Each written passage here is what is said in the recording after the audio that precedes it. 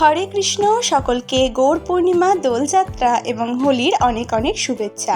মায়াপুরে কিন্তু গৌর পূর্ণিমা উপলক্ষে প্রোগ্রাম শুরু হয়ে গেছে, আর এখন হচ্ছে গৌরনিতাইয়ের অভিষেক। চলো তোমাদেরকে অভিষেক দর্শন করায়। আর এই বছরের গৌর পূর্ণিমা কিন্তু খুবই স্পেশাল, কারণ আজ থেকে 540 বছর আগে যে তিথিতে আমাদের গৌর সুন্দর, আমাদের গৌরাঙ্গ মহাপ্রভু এই কলিযুগের সকল জীবকে কৃপা করতে, উদ্ধার করতে ধরাধামে অবতীর্ণ হয়েছিলেন, সেই বছরেও কিন্তু, অর্থাৎ তার সেই আবির্ভাবের তিথিতেও কিন্তু গ্রহণ ছিল। তো এই বছর কিন্তু আবারও সেই তিথিটা 540 বছর পর ফিরে আসলো। তো এখন এখানে চলছে গৌরনিতাইয়ের অভিষেক। চলো আমার সাথে সাথে তোমরাও দর্শন করে নাও।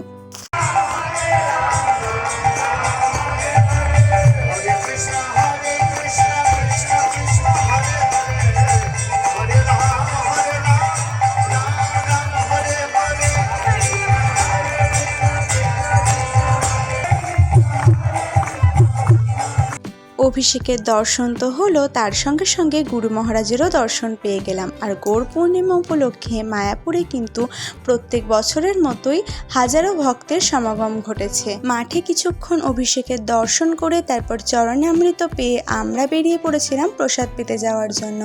আর যেতে যেতে এখানে আরও একবার সামনে থেকে গুরু মহারাজের দর্শন পেয়ে গেলাম। গুরু মহারাজের দর্শন নিয়ে তাকে প্রণাম জানিয়ে চলে এসেছিলাম প্রসাদের লাইনে।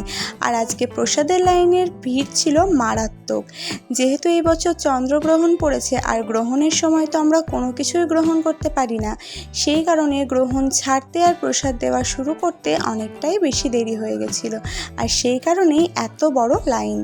আর রাত্রিবেলা এই সুন্দরভাবে মন্দিরটাকে যে সাজানো হয়েছে, কতটা সুন্দর লাগছে দেখো এই লাইটগুলোতে। আর তারপর প্রায় 1.5 ঘন্টা লাইনে দাঁড়ানোর পর এখন ফাইনালি আমরা চলে এসেছি সুলভে প্রসাদ পেতে। আর সব ভক্তরা এখন বসে গেছে প্রসাদ পাওয়ার জন্য, আর প্রসাদ আসা শুরু হয়ে গেছে। প্রথমে এসেছিল শরবত, তারপর খিচুড়ি, এঁচোড় আলুর সবজি, পনিরের সবজি, তারপর আঙুর, সাবুর পায়েস, তরমুজ। তো প্রসাদ পেয়ে বেরিয়ে চলে এসেছিলাম মন্দিরের কাছে। ভাবলাম যে একবার মন্দিরে গিয়ে ভগবানকে এখন দর্শন করব, আর তোমাদেরকেও একবার দর্শন করাবো। কিন্তু যেহেতু প্রসাদের অনেক বড় লাইন ছিল, তাই প্রসাদ পেয়ে বেরোতে বেরোতে 8:30 বেজে গেছে। আর যেহেতু 8:30টার পর মন্দির বন্ধ হয়ে যায়, তাই এখন আর ভগবানের দর্শন করতে পারলাম না, আর তোমাদেরকেও ভগবানের দর্শন করাতে পারলাম না। অন্য কোনো ভিডিওতে অবশ্যই তোমাদেরকে আবারও ভগবানের দর্শন করাবো। যেহেতু ভগবানের দর্শন করতে পারলাম না, তাই মনটা একটু খারাপ হয়ে গেছিলো। সেই মন খারাপ নিয়ে এখন বেরিয়ে পড়লাম বাড়ি যাওয়ার জন্য। তো চলো আমি যাই বাড়ি। ভিডিওটা কেমন লাগলো অবশ্যই জানিও। সকলকে টাটা অ্যান্ড হরে কৃষ্ণা।